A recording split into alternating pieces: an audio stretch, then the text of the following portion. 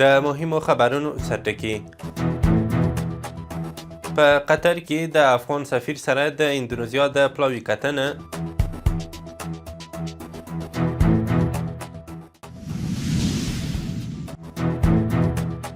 عمان هیواد ته د لوړو زده کړو د وزیر سفر.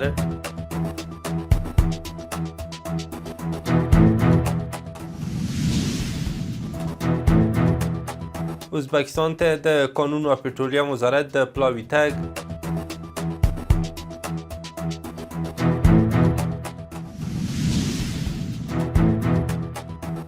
او د ایران له لوري امریکا ته تازه خبرداری.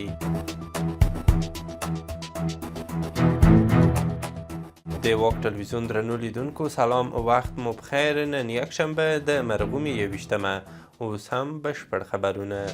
په قطر کې د افغانستان سفیر محمد سهیل شاهین د بهرنیو اړیکو او بین المللي تعاون په چارو کې د اندونیزیا د علماو مجلس له مرستیال رئیس علي حسن بهر او پانګوالو سره کتلي دي. په قطر کې د افغانستان سفارت ویلي چې په دې ناسته کې د افغانستان او اندونیزیا ترمنځ پر دوه اړخیزو اړیکو په افغانستان کې د پانګونې د شته فرصتونو، سوداګرۍ او پر دوه اړخیزو همکاریو خبرې کړې دي. په یاده کتنه کې اندونیزیایي سوداګرو هیله ښودلې چې په نږدې راتلونکي کې به افغانستان ته سفر وکړي او د کانونو، کرنې، سیاحت او نورو برخو کې به د پانګونې شته فرصتونه له نږدې وګوري. د افغانستان اسلامي امارت د بهرنیو چارو وزارت د عامه اړیکو رئیس په یوه اعلامیه کې ویلي چې د قطر په همکارۍ او مالي ملاتړ په 15 ورځني روزنیزه دوره کې د معاصرې ډیپلوماسۍ بنسټیز مفاهیم، د ډیپلوماټیکو اړیکو د شبکو جوړښت او د ډیجیټلي ډیپلوماسۍ ارزښت په اړه خبرې شوې دي.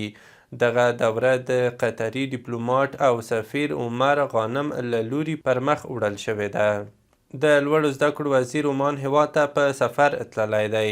د افغانستان اسلامي امارت د لوړو زده کړو وزارت ویاند ویلي چې شیخ ندا محمد ندیم به د دغه سفر پر مهال د عمان د لوړو زده کړو له مسؤلینو سره کتنې او په دې برخه کې به د همکاریو د پراختیا او د علمي تجربو د شریکولو په اړه خبرې وکړي.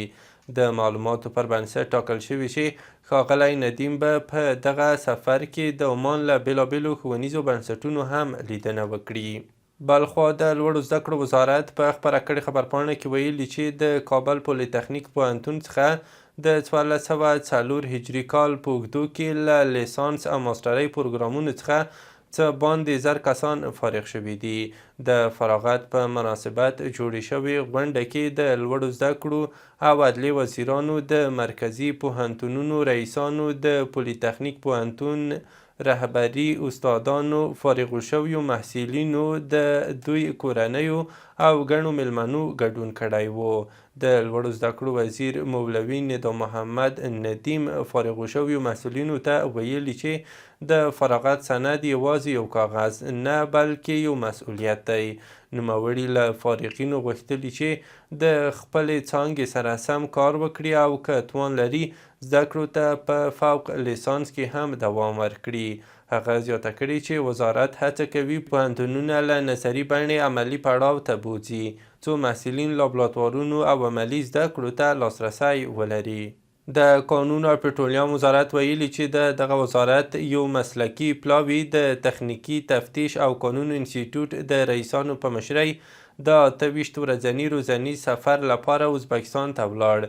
سرچینه زیاتوي د سفر موخه د ازبکستان له پرمختللو لابراتوارونو څخه لیدنه، د عملي تجربو شریکول او د تخنیکي وړتیاو لوړول دي.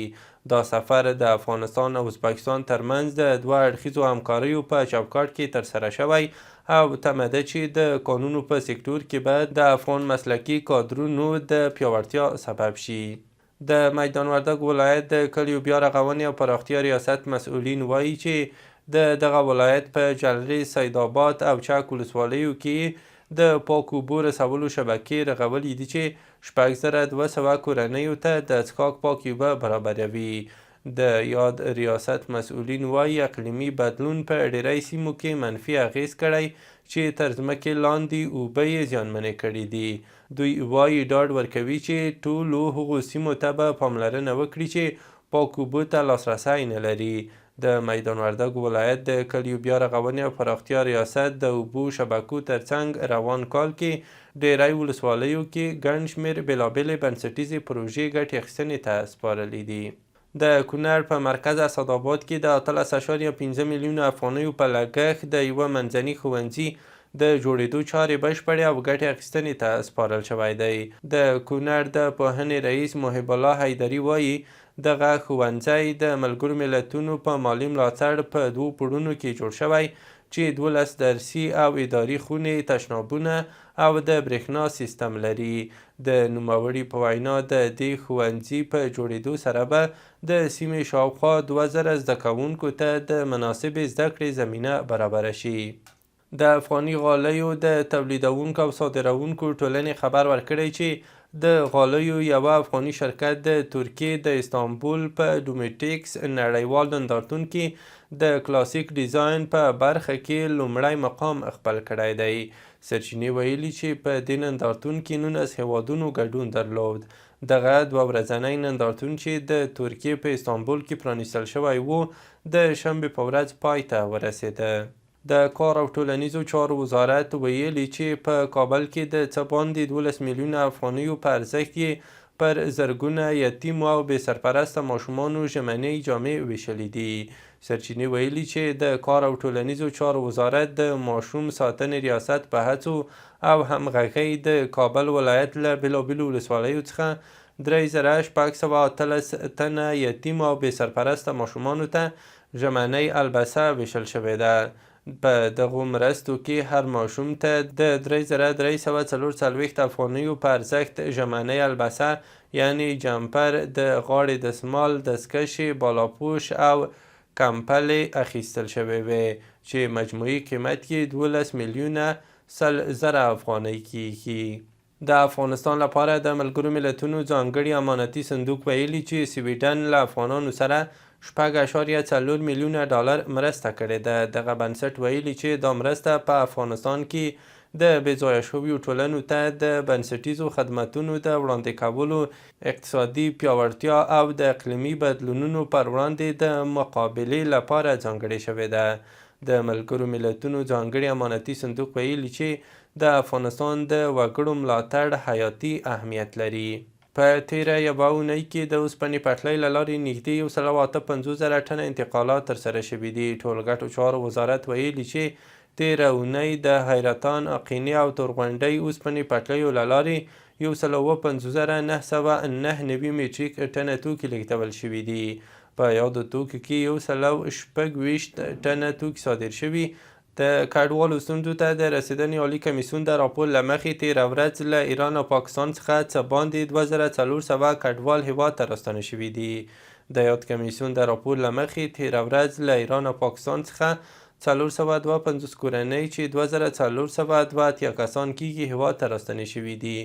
یاد کډوال د هرات د اسلام کلا، د نیمروز ورېښمو پله، د هلمند د بهرامچی، د کندهار سپین بولدک او د ننګرهار د تورخم له لارو راستانه شوي دي. د خبر له مخې تېره ورځ 243 راستنې شوې کورنۍ خپلو سیمو ته لیږدول شوي دي. د ایران د پارلمان مشر محمد باقر قالیباف ویلي چې پر ایران د برید په صورت کې به په سیمه کې ټولې امریکایي نظامي اډې او نظامي کښتۍ هدف وګرځوي.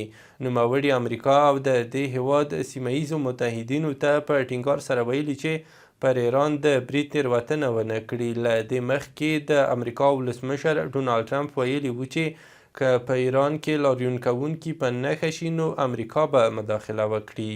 ایران کې له تیرو شاوخوا 2 اونیو راهیسې پیل شوي لاریونونه لا هم روان دي او ورځ تر بلې پراخیږي. د ایران حکومت د لاریون کوونکو پر وړاندې د سخت غبرګون خبرداری ورکړی او د رویټرز د راپور له مخې سپاه پاسدارانو لاریون کوونکي ترهګر بللي دي. راپورونه ښیي چې دغو لاریونونو کې تر دې مهاله 80 لاریون کوونکي وژل شوي او له 2600 ډیر نیول شوي دي. بل خوا په ایران کې د روانو لاریونونو په اړه ایراني رسنیو په خپلو راپورونو کې لیکلي چې د تیرو څو ورځو په پرتله اوس نږدې 90% امنیتي ګډوډي کنټرول شوې ده. د راپورونو له مخې ایراني پولیسو هغه کسان نیولي چې دوی یې ترهګر بولي او ویل کېږي چې د لاریونونو منځته ننوتي، عامه شتمنۍ یې زیانمنې کړې او پر خلکو او پولیسو یې ډزې کړي دي. پولیسو ویلي چې شاوخوا 200 کسان چې وسلې او چاودېدونکي توکي ورسره ول د لاریونونو د رهبري کولو تور پرېدی نیول شوي دي. رویټرز خبري آژانس راپور ورکړی چې چین، روسیې او ایران په سویلي افریقا کې ګډ سمندري پوځي تمرینات پیل کړي دي. په راپور کې راغلي چې دا تمرینات د بریکس پلس د غړو هیوادونو د بیړیو ترمنځ د همغږۍ او سمندري عملیاتو د تنظیم په موخه ترسره کیږي. بریکس پلس له چین، روسیې، هند، برازیل، سویلي افریقا او 6 نورو هیوادونو جوړ دی چې پکې مصر، سعودي عربستان او متحده عربي امارات هم شامل دي. د راپورونو له مخې د چین پوځي چارواکو چې د پرانیستلو مراسمو مشري کوله ویلي چې په دې تمریناتو کې برازیل، مصر او ایتوپیا د ناظر په توګه ګډون لري. وروستی خبر مو هم دا چې د امریکا مرکزي قماندانۍ په یوه خبرپاڼه کې وایي چې د سوریې په بیلابیلو سیمو کې د شنبې په ورځ د داعش پر مرکزونو هوایي بریدونه کړي دي. خبرپاڼه کې راغلي چې دغه عملیات د تیر زیږدیز کال د ډسمبر په 13 د سوریې په پالمیرا ښار کې پر امریکایي پوځیانو د برید په غبرګون کې ترسره شوي دي. دغه برید کې 2 امریکایي سرتیري، یو ژباړن یې وژل شوي وو. تر دې وړاندې د ډسمبر په 19 هم امریکایي پوځ د سوریې په پلازمینه دمشق کې د داعش مرکزونه او د وسلو زیرمې په نښه کړې وې. له ملتیا مو مننه. وروستي خبرونه مو هم دومره وو.